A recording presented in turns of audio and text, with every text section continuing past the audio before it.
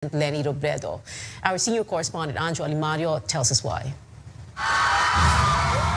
With just 10 days left before the elections, no less than Vice President Leni Robredo herself dares the son of the late dictator, Bongbong Marcos, to a face-off. Responsibilidad niya sa tao na ihayag hindi lang yung kanya mga plataforma, pero para sagutin yung mga issues laban sa kanya. Mahirap kung ayaw niyang harapin ito kasi napakarami ng disinformation sa fake news.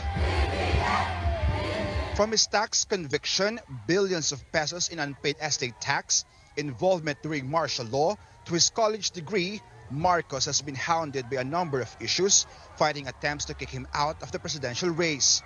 But he still enjoys a wide lead in pre-election surveys, Robredo in distant second. Robredo says the debate would give voters the opportunity to take a close look at his track record, character, and platform. His spokesperson rejects it outright, pointing out this will never happen. They would rather focus on positive campaigning and shun attacking opponents. Marcos has been skipping debates, including the past two hosted by the COMELEC. Like Marcos, Robredo turns down the COMELEC's panel interview to spend time with volunteers.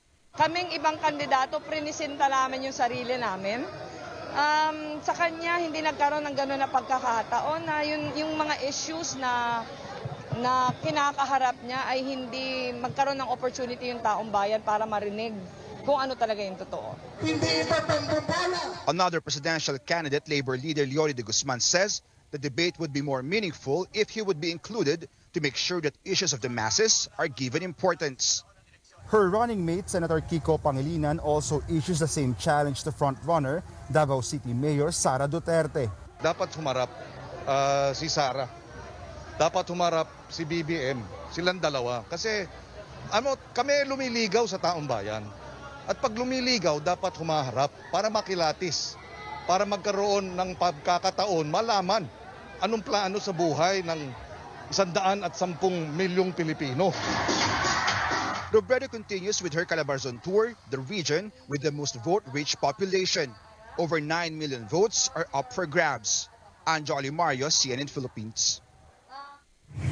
Other presidential candidates find Robredo's one-on-one challenge to Marcos unfair. Former National Security Advisor Norberto Gonzales says this skews the level playing field for all candidates. He adds this shows that the vice president wants voters to believe that it is just a one-on-one fight between her and Marcos. Meanwhile, Faisal Mandato describes Robredo's dare to Marcos as presumptuous and disrespectful of other presidential hopefuls. Now, who can Filipinos expect to participate in the COMELEC's panel interviews? The list is on your screens. The poll body says only 6 out of 10 presidential candidates agreed to join, but none of the survey frontrunners are attending. They cite lack of time to squeeze in the forum during the final stretch of the campaign period. Only 4 out of 9 vice presidential bets are also joining. The hour-long interviews will be taped as live and will air from May 2 to May 6 on KBP or kapisanan ng mga broadcaster ng Pilipinas member networks.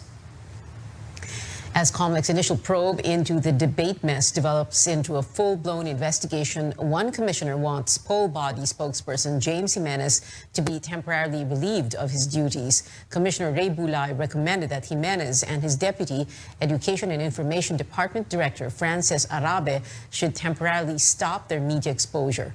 Bulay says Jimenez and Arabe can still carry out internal tasks in the commission. Jimenez has not responded to requests for comment, while Arabe says she is preparing a statement. No word yet from Chairman Saidamen Pangarungan's office on whether or not the recommendation has been approved.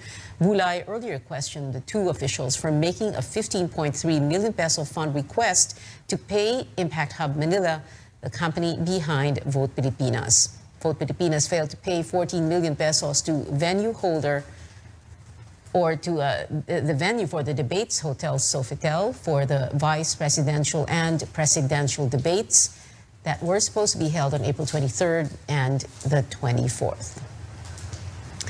Some presidential candidates make their last-minute pitches 10 days before the Filipino votes. Senator Manny Pacquiao presents himself as an alternative candidate as he claims there will be trouble if either Bongbong Marcos or Leni Robredo wins. Ito lang sabihin ko sa inyo, pag manalo si Bongbong,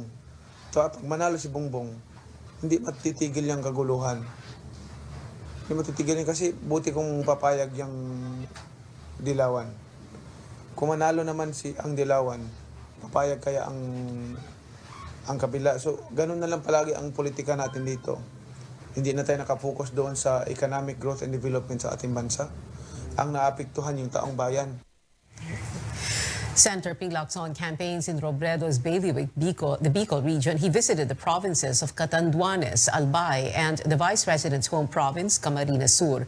Lacson admits he felt the cold reception of the crowd in Naga City at first, but was relieved to see them warm up to him afterward. After the open forum, something really changed, Talagang na-reverse yung situation. So we'd like to think na yung conversion napakalaki. Kasi naiba talaga. Very, very noticeable. In fact, nag-extend kami, kaya medyo late kami. Naghahabol kami ng oras. We were supposed to take off, I think, 30, 45 minutes earlier. So, na-delay. Kasi na-engage talaga sila. Lacson's running mate Tito Soto met with mayors of Cebu's 7th District. They are members of the One Cebu party that already endorsed Sara Duterte's vice president. The 7th District mayors and officials wore campaign shirts and caps with Soto's name. Soto believes their support means they are endorsing him, although there was no announcement made.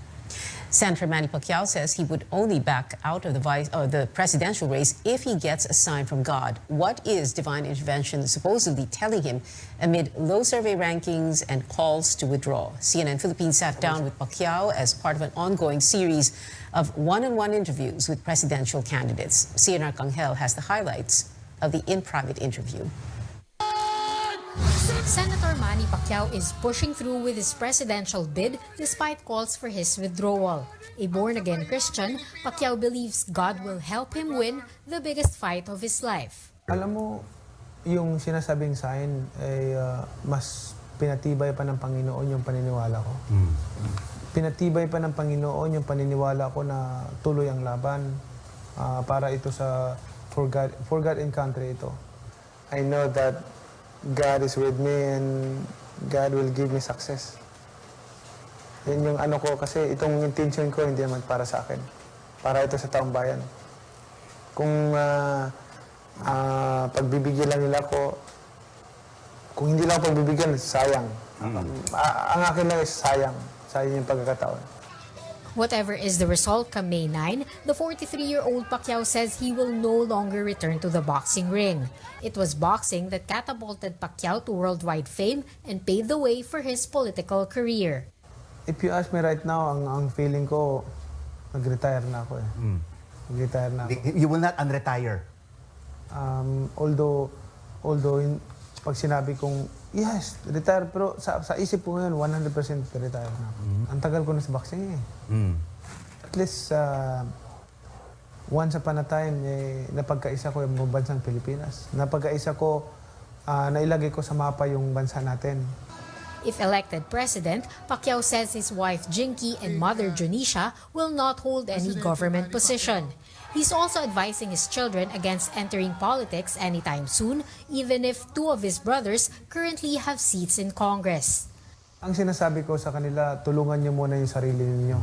Pag stable na yung sarili niyo, saka kayo mag-offer ng tulong sa ibang sa tao. Kasi pag pumasok kayo sa public service tapos hindi pa stable yung sarili niyo, I'm sure makukurap ka, maging corrupt ka rin, maging traditional politician ka, magiging kawatan ka. Pacquiao is coy about his campaign spending. Unlike the others, his political rallies rarely feature celebrities. Only one has consistently joined his sorties, senatorial candidate and former Eastern Samar Governor Lutgardo Barbo, who is a member of his Promdi political party.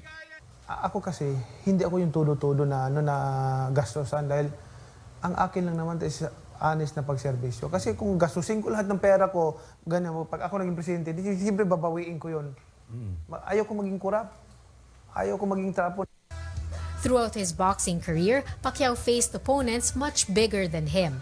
In aiming for the presidency, Pacquiao knows the odds are stacked against him, but as you would expect, he's not throwing in the towel until the people have decided.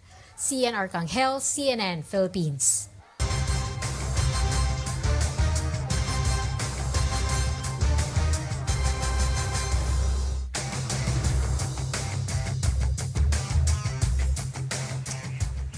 Coming up on Newsnight, Senator Laila De Lima wants self-confessed drug dealer Kerwin Espinosa to take the witness stand for her drug cases. And in Hollywood, 2 talk show hosts are getting ready to bid goodbye. Details right here on CNN Philippines.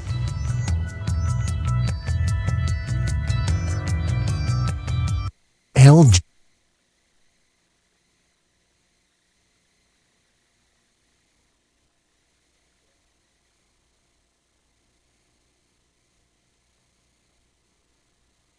SMC San Miguel Corporation. Bisag unsang industriya ang sudlan niini, tinguha sa SMC ang pag-uswag o paglambo sa mga Pilipino. Karon, gikan sa SMC, aniya na ang SMC Davao Cement. SMC Davao Cement. Gama sa Davao para sa Mindanao. SMC Davao Cement. Ato ni Bay.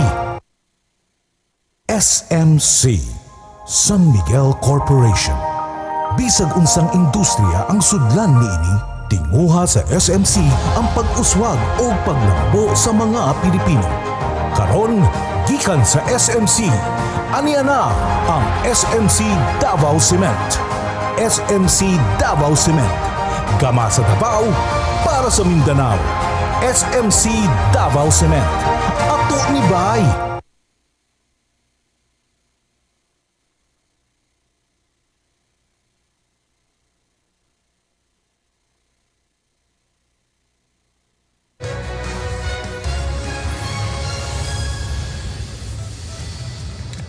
Health workers continue to backtrack the steps of the first BA.2.12 case in the country.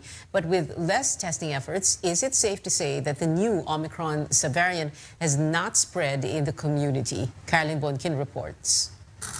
19 days since the visitor from Finland tested positive for COVID, Baguio City remains with up to 3 infections a week. The Finnish woman was carrying the BA.2.12 Omicron subvariant. And if it indeed has spread, City Health Officer Rowena Galpo says COVID cases would have been higher by now. Yung incubation period na binibilang natin na 14 days ay lumampas na.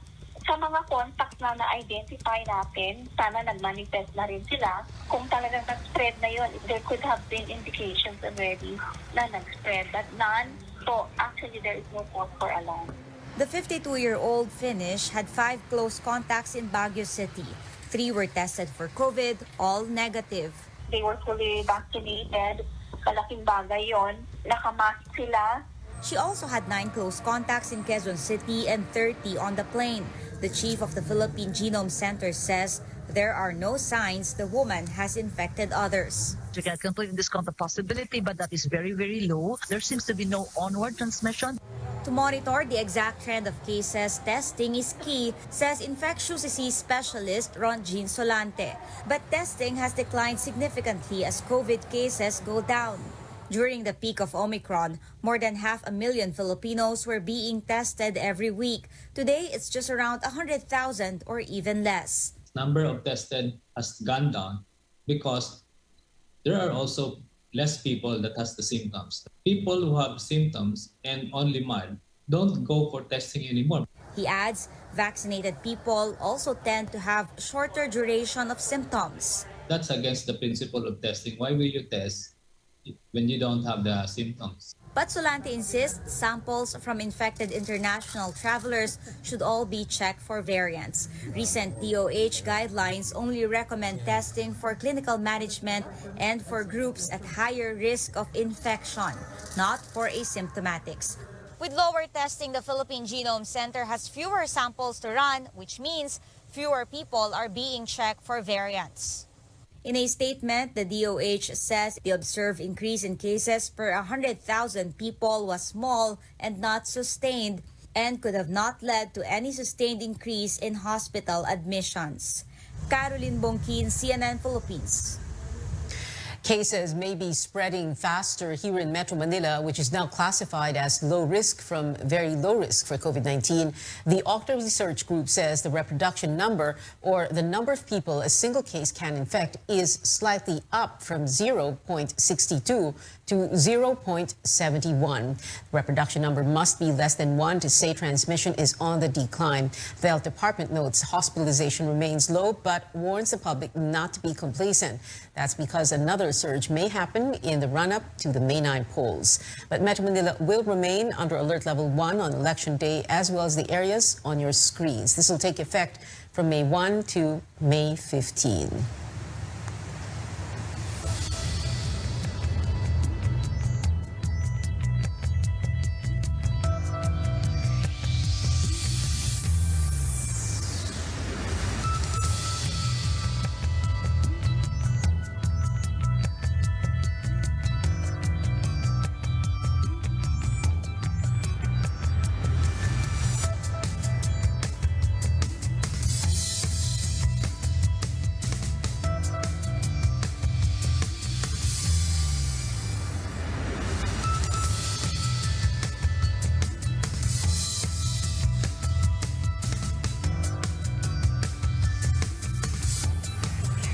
Other parts of the country will be under alert level 2. Visit our social media pages for full details.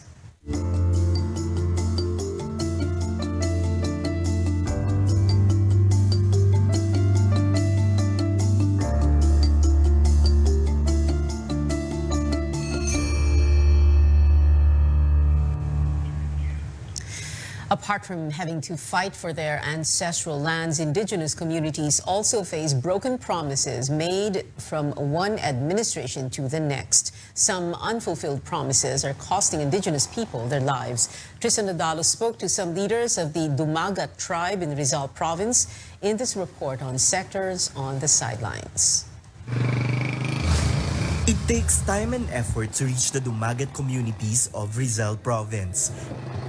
It's no wonder, at least for the May elections, not a single presidential or vice presidential candidate dared to campaign in their area. Puro pangako. Pero talaga po sir, nakakasawa na rin yung pangako ng pangako ang mga kandidato. For the last 3 decades, JV says nothing has changed in the lives of his fellow Dumagats. Magtatanim na po halos lahat ng katutubo. Hanggang ngayon po'y magtatanim pa rin. So hindi po namin makita kung paano kami umaangat. From one administration to another, their sentiments on their ancestral lands, their children's education, and equal access to opportunities remain the same. Yung pong aming karapatan bilang mga katutubo, minsan po'y nababaliwala. Yung tira-tira na lang ang napupunta po sa amin. Parang ganun. They long for a concrete bridge in their community in Daraitan, a promise that has yet to be fulfilled. Pag bumaha po at biglang may emergency po dito, hindi kaya naming ibangka, ay maghihintay na lang po yung aming pasyente na mamatay dito sa loob. Hindi na namin madadala sa ospital dahil wala po kaming tulay. Kakaroon tayo ng mga panibagong leader. Ano po yung pinakagusto nyong magbago sa buhay nyo na tugunan o dapat tugunan ng mga susunod na leader ng bansa? Yung mga pag-aaral ng mga anak namin, dahil ito po talaga yung pangunahin po para sa amin, na yung mga anak namin naman talaga ay makapag-aral kahit na kaunti o hindi man makatapos ng matataas na antas. Sa totoo lang, ako grade 4 lang inabot ko. Halos hirap pa akong bumasa nung mga English, hindi ko po talaga kayang basahin. The Dumagat community hopes to see real changes soon, not only for their tribe, but also for the rest of the indigenous groups in the country.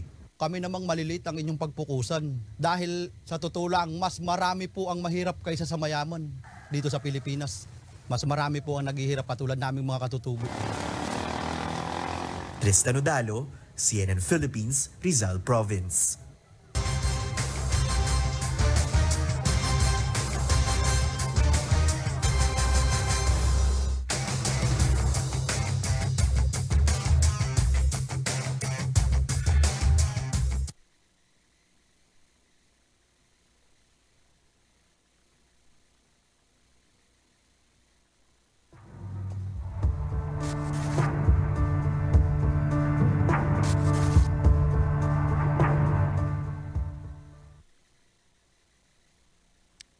Senator Laila de Lima is looking to bring a self-confessed drug dealer to her side to fight her drug cases. De Lima's lawyers believe Kerwin Espinosa's recantation is just the tip of the iceberg.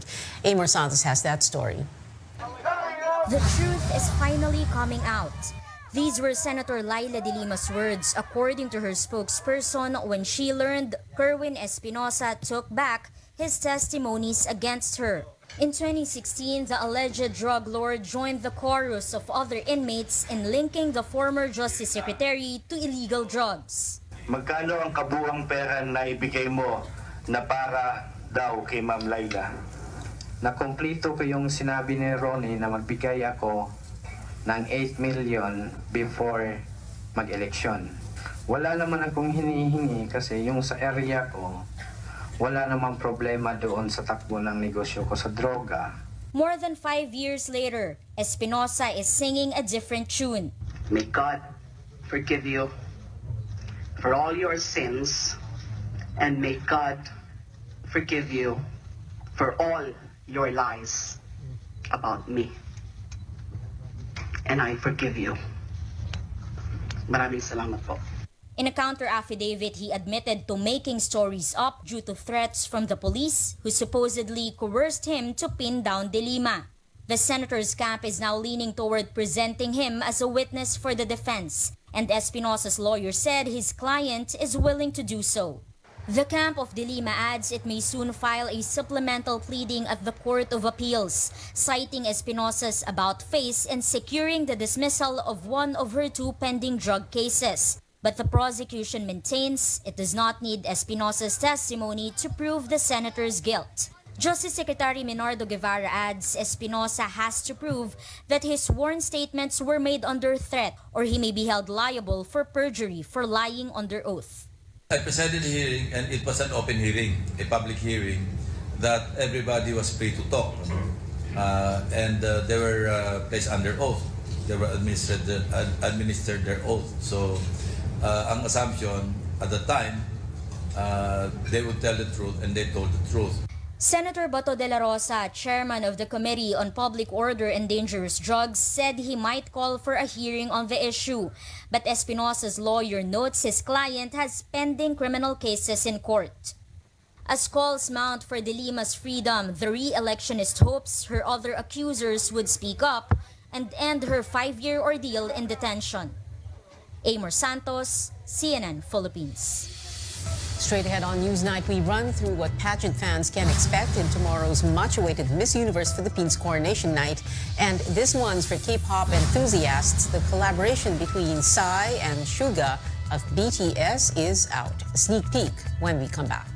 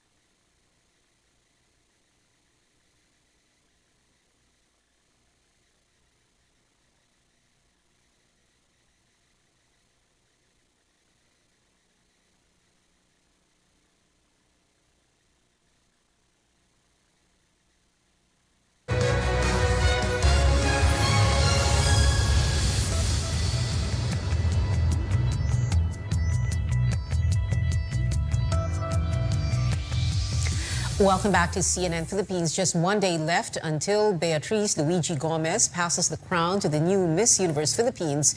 3 former Miss Universe queens will host the coronation night. Our very own Pia Wurtzbach, Iris Mitno of France, and Demi Lee Thibault of South Africa. Reigning queen Harna Sandu will be a special guest. And among the night's performers are local music icons Bamboo, Sam Concepcion, and Morissette. 32 candidates will vie for the crown tomorrow at the Mall of Asia Arena at 7 p.m. In music, the collaboration between K-pop icons Psy and Suga of BTS is finally here. That was produced by the BTS rapper and is the title track for Psy's 9th full album. Here's a look at the music video that just dropped.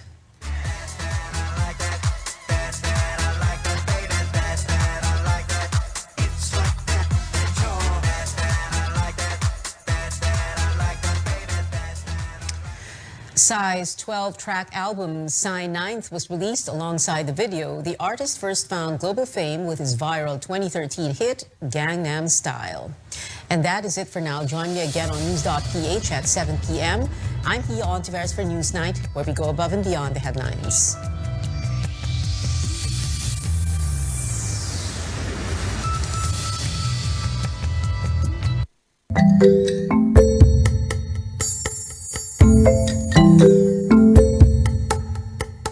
Good day to all. Welcome to our continuing education program on election law. This is Attorney Al Agra, your election law for all professor. For today, we will learn about the voting process.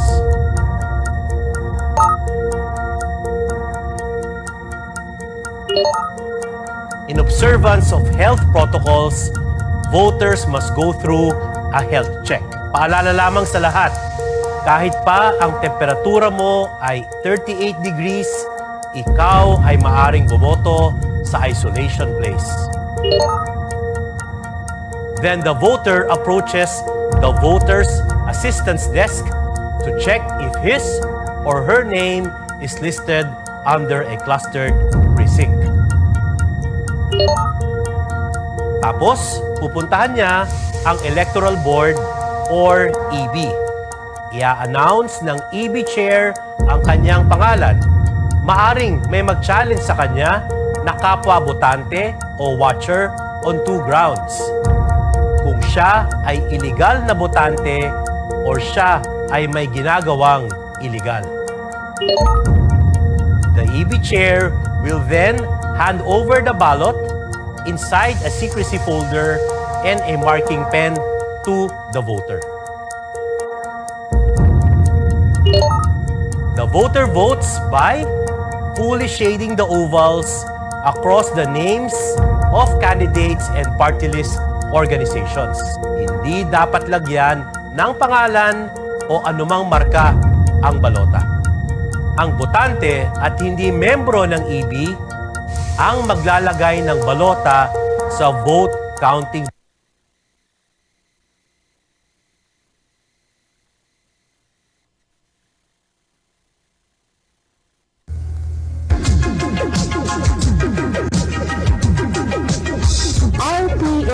Radio Philippines Network Incorporated, DXKO. 13:68 sa bayan sa inyong radyo. RPM DXKO, ang Radyo Ronda dili sa Dakbayan sa Cagayan de Oro. Sibiyahan na may galaon sa katawhan, andam na serbisyo sa tanan. Ang RPM DXKO Radyo Ronda, sakop sa KBP, kapisanan ng mga broadcaster ng Pilipinas.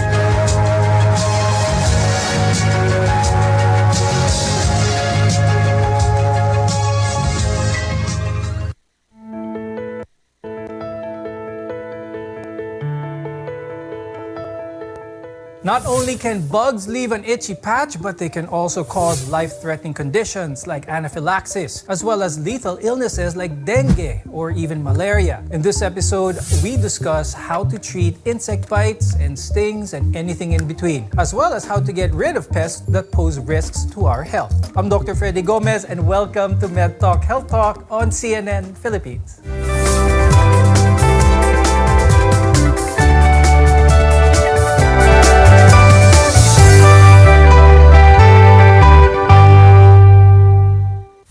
our guests for this episode. With us is Dr. Jason Arboleda. He's an emergency medicine specialist from Hospital na Makati and Fatima University Medical Center.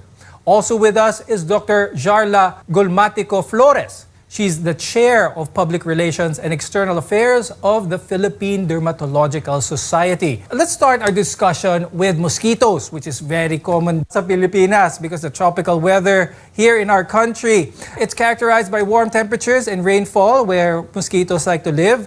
And these bloodsuckers are known to carry vector-borne diseases such as dengue, chikungunya, and even malaria. Dr. Jason, umpisahan natin kung ano bang ibig sabihin ng vector-borne? Vector-borne means parang may carrier. So, the mosquito itself, it needs to contain either the virus or the parasite. So, it might get it from another animal, another human being. It takes that, it becomes the vector, and then it passes on to another organism. Now, Dr. Jason, pag-usapan naman natin ng dengue because this is very common na tinatransmit ng mga mosquitoes. When it comes to dengue, ano yung mga unang signs ng mga pasyenteng pupasok sa ER with dengue? Almost all of the time, they present with fever. Fever, body aches, masama pakiramdam.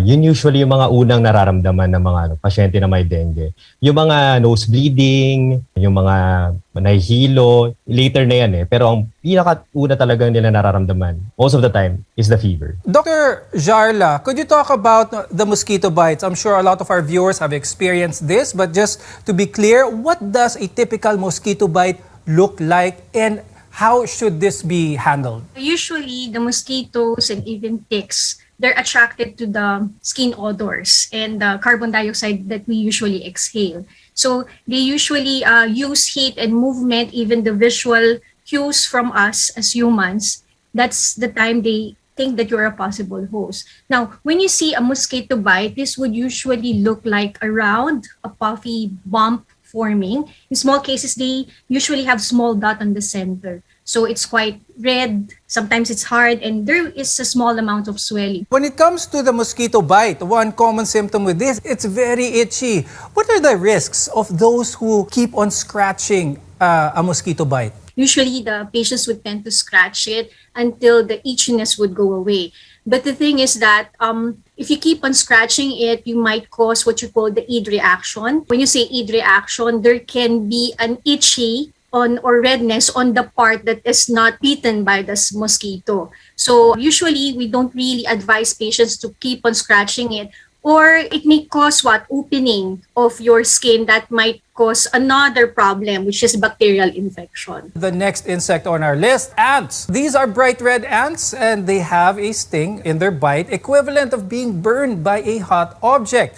Now, let's talk about that. Dr. Jason, when it comes to ants, depending on where the ant bites, especially if they bite in the ear because of the chemical that the ant has, napakasakit ito. It is very irritating as well. But what should our viewers understand, especially with insects that enter the ear? Ang unang instinct kasi is to try to grab it, try tanggalin. So usually what that does is it puts not just ants, even things like cockroaches and mites. Ang mangyayari, mas papasok yung insect na yan. So if that happens, it will cause more problems, not just for the patient, but also for the medical practitioner who's going to try to remove that insect. Recommend namin usually, and we actually use it in the ER, is baby oil. So it suffocates the insect, it renders it immobile. Mas madaling tanggalin ang insect kapag hindi na pumipiglas. Since Dr. Jason mentioned, let's talk about cockroaches this time.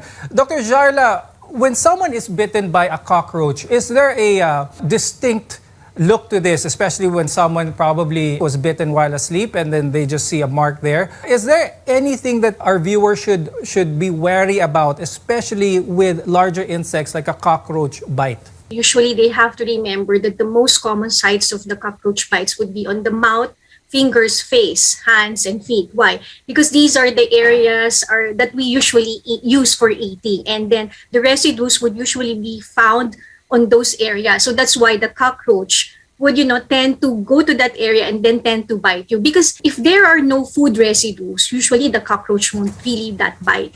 Now, the thing is, the lesions of the cockroach bites would look like they have swelling on that particular area. There's also itchy, rashes, and usually the minor complication would arise if you keep on scratching on those areas. So what we usually do, if the patients would see that they have cockroach bite, they have to rinse it with water and soap right after they sew the bite, because cockroach would tend to crawl anywhere, and then this might cause infection later on and further discomfort. When it comes to cockroach bites, mosquito bites, ant bites, iba-iba ba yung treatment ng mga ito, or is there one cream to cure them all? For first aid, what we usually tell the patient, since there's a swelling, you can put ice packs, okay? So ice on, ice off. Ice pack for 15 minutes, then ice off for the next 15 minutes. So that's the thing they can do. And then they can put calamine lotion, because this is an antihistamine cream. So when you say antihistamine cream, this would relieve the itchiness. Because if you actually didn't improve or didn't remove the itchiness on that area, patients might tend to scratch it. Now, patient might self-medicate with antihistamine. They can do that, but they have to take it maybe once a day lang. If it's not effective to them, they have to consult their doctors already. Coming up, we'll discuss more serious pests that may potentially put you at risk. Your health is our mission here on MedTalk Health Talk.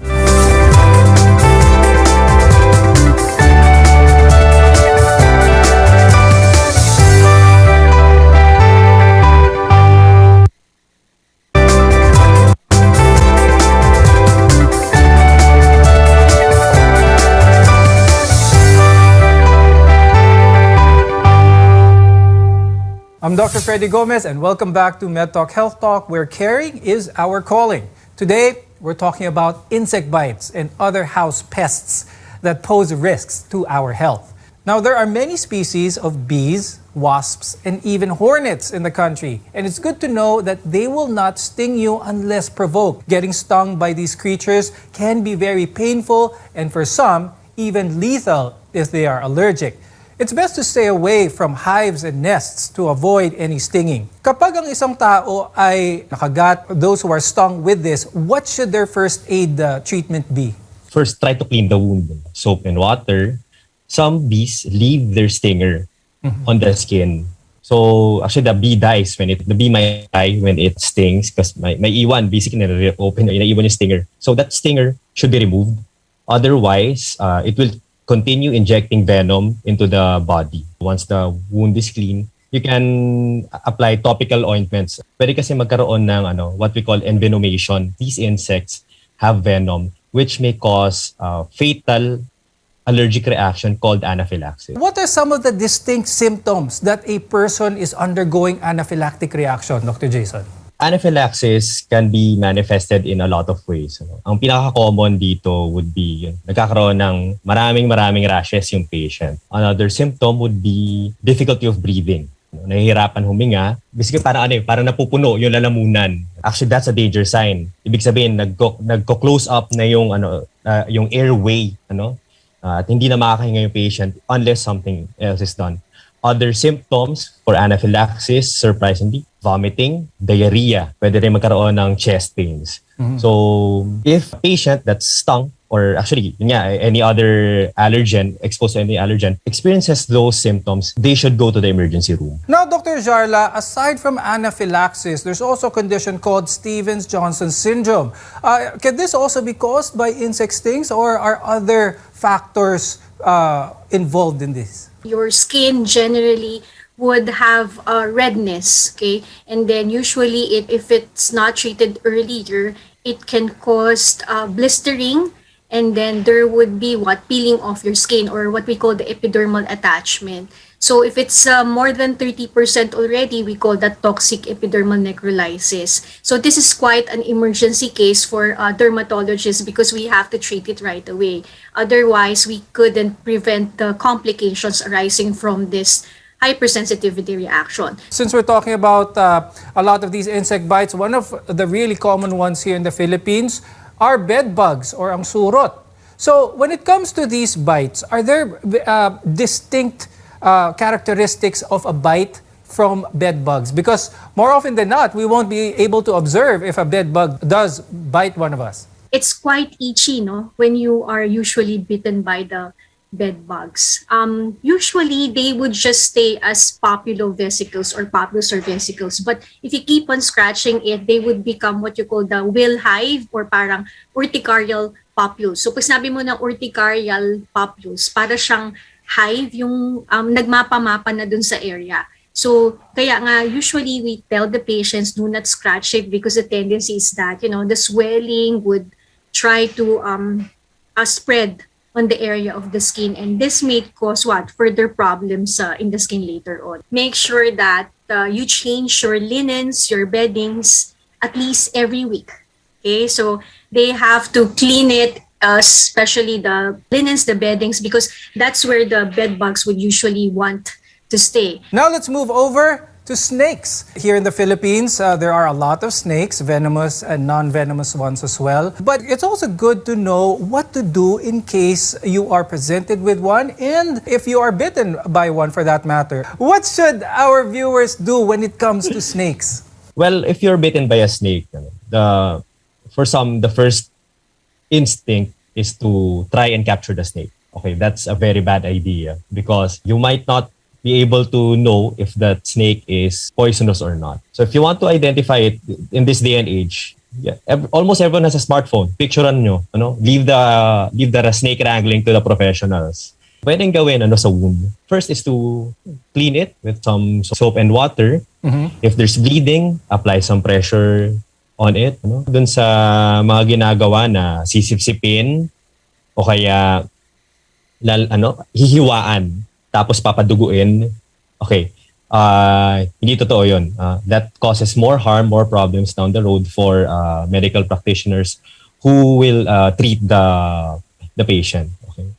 So, after cleaning the wound, if there's no more bleeding, the other things that can be done, the extremity, usually kasi sa arms or legs na kakagat ng tao, immobilize the part, cause further movement will increase the speed with which the venom reaches the other parts of the body. Okay, so if there's a neurotoxin, it's going to go to the brain faster.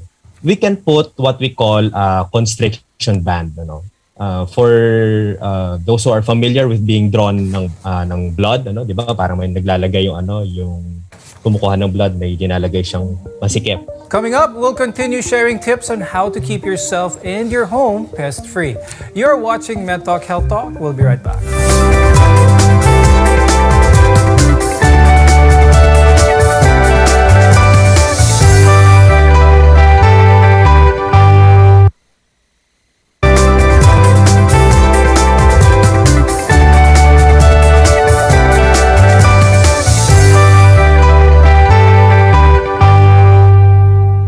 I'm Dr. Freddy Gomez and this is MedTalk Health Talk, your partner in healthcare. Now, Dr. Jason, pag-usapan naman natin ang rats because rats are also very common here in the Philippines. And when someone is bitten by a rat or nandaga, one of the fears that they may have is magkaroon sila ng rabies because of the bite of the rat. Now, my question is, Dr. Jason, are rats a common vector for rabies? Rats and mice and hamsters, they don't carry rabies. They can carry out other diseases, but rabies is not one of them. One thing that a person might be given in the ER kapag nakagat siya ng daga is an anti-tetanus shot. What is this shot for, Dr. Jason, and who are those more likely to be given an anti-tetanus shot? It's really more of who's not going to be given anti-tetanus shots. So ang hindi lang bibigyan ng anti-tetanus shots pag dumating sa ER, especially for anything, for a wound, a burn, or a bite, would be people who have completed their anti-tetanus shots and has had a booster. Okay, so yung mga yon hindi na bibigyan. Everyone else needs an anti-tetanus shot. It's one of those things that really proves that an ounce of prevention is better than a pound of cure. Because once clinical tetanus sets in, the muscles of the body starts contracting and then they stop obeying the orders from the brain.